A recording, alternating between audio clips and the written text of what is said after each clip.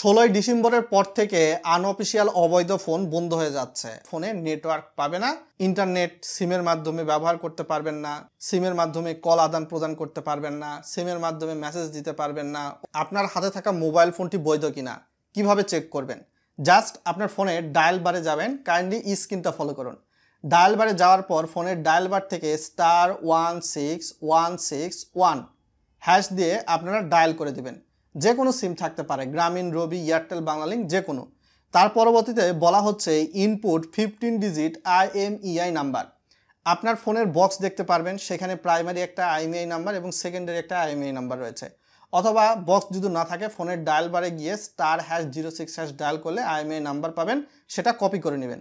তার পরবর্তীতে সেটা এখানে এসে পেস্ট করে দিয়ে সেন্ডে ক্লিক করে দিবেন। সেন্ডে যদি ক্লিক করে দেন তাহলে বলা হচ্ছে you will get an SMS soon, thank you Grameenphone. তো এইভাবে আপনার ফোনে কিন্তু পরবর্তীতে একটা ফিরতি মেসেজ আসবে। মেসেজ আসলে কিন্তু আপনি দেখতে পারবেন আসলে সেই মেসেজে বলা হচ্ছে আপনার ফোন বৈধ নাকি অবৈধ। অথবা সেকেন্ডারি একটা প্রসেস রয়েছে, আপনার ফোনের IMEI নাম্বারটা প্রথমে কালেক্ট করার পর ফোনের মেসেজে যাবেন, যাওয়ার পরবর্তীতে আপনি KYD বড় হাতের লিখবেন একসঙ্গে, তারপর স্পেস দিবেন, আপনার ফোনের IMEI নাম্বারটা সেখানে দিবেন, তারপর সেই মেসেজটি 16002 এই নাম্বারে পাঠিয়ে দিবেন। দেওয়ার পরবর্তীতে ফিরতি একটা মেসেজ পাবেন। যদি বলা হয় ফোনটি BTRCর ডাটাবেজে রয়েছে, তাহলে আপনার ফোনটি অবশ্যই বৈধ।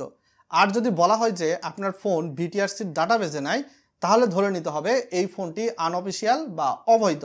তবে একটা মজার বিষয় যে 16 ডিসেম্বর 2025 সালের মধ্যে যেই ফোন কেনার পরবর্তীতে আপনি গ্রামীণ, রবি, বাংলালিংক, টেলিটক যে কোনো সিম বাংলাদেশে ভরিয়ে দিয়েছেন এবং চালাচ্ছেন, সেটা আনঅফিসিয়াল ফোন হলেও 16 ডিসেম্বরের পর থেকে চালু থাকবে।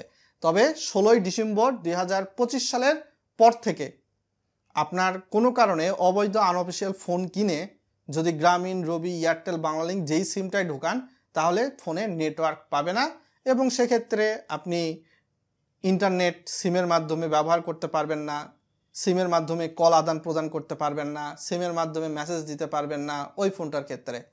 বিষয়টি নজরে রাখুন বন্ধুরা।